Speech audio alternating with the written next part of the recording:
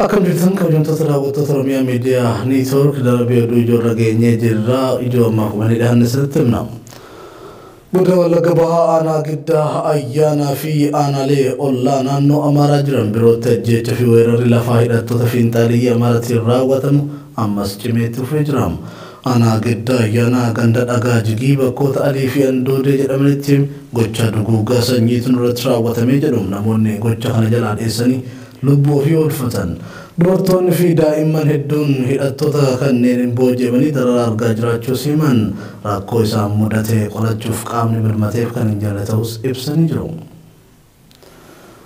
Ajjecha abbootii gadaa Karrayyuutiin wal qabatee namoonni 25 eessa buuteen isaanii dhabame godina Shawaa Bahaa Mogorii fi godina addaa naannoo Finfinnee magaalaa Hoolotaatti hidhamanii jiraachuu maddeen keessoo sirnicha Oromiyaa Miidiyaa Neetwoorkitti himan.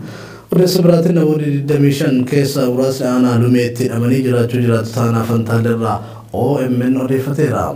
Qaamni mootummaa ofiin jedhu bilxiginnaan abbootii gadaa Karrayyuu nama 14 bakka takkatti rashanii kanneen lubbuun hambise faana miliqsee hidhuu fi warra ofii isaatii ajjeese immoo garee shororkeessaa shaniitu ajjeese jedhee diraamaa hojjechuun hangamtuufi uummata Oromoo bal'aaf akka qabu mul'isas jedhanii jiru. Maatii wareegamtoota Oromiyaa Miidiyaa Neetwoorkiif yaada laatan.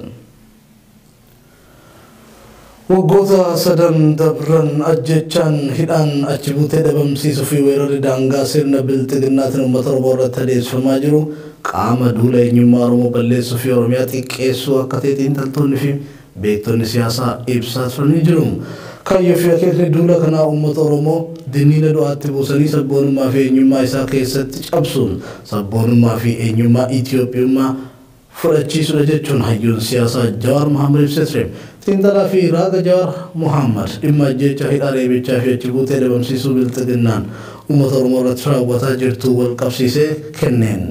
Kun tooftaa abbootiin irree akka Adolf Hitler addunyaa kanarratti itti fayyadamaa turan. Define, defame, dehumanize and destroy jechuun garee hawaasaa tokko hiikatti kennuu adda baasuu namummaarraa mulquu fi barbadeessuun uummata sodaarraa qaban san ittiin bitanidha jedhee ture. Godina Arsii Lixaa aanaa Nageellee Arshiitti humnoonni bilxiginnaa halkan manneen hawaasaa irra naanna'anii maqaa isin deeggartoota shaniiti jedhuun uummata rakkisaa jiraachuun dhagahame. Waraanni kunneen wayitaa manneen hawaasaa irratti sakatta'insa gaggeessanitti ammoo wantoota dhimma nageenyaatiin wal hin qabanneem sababachuun qabeenya uummataa saamuu jedhu kanneen garashii Oromiyaa Miidiyaa Neetwoorkii dubbise.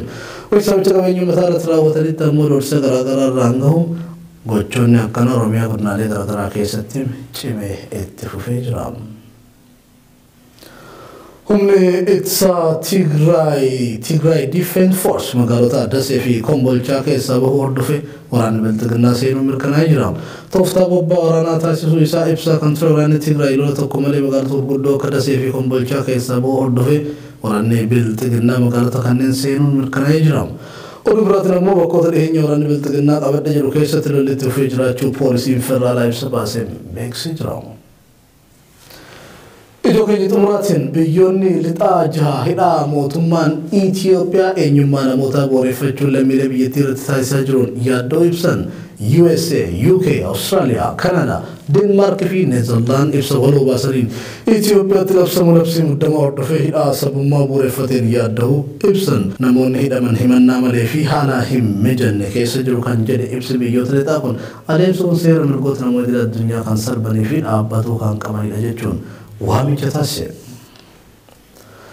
Ijoon keenya kana fakkaataa tokkoon tokko oduu keenya babal'ina isaa oduu keenya idilee keessa argattu amma Fantaalleetiin nagataa.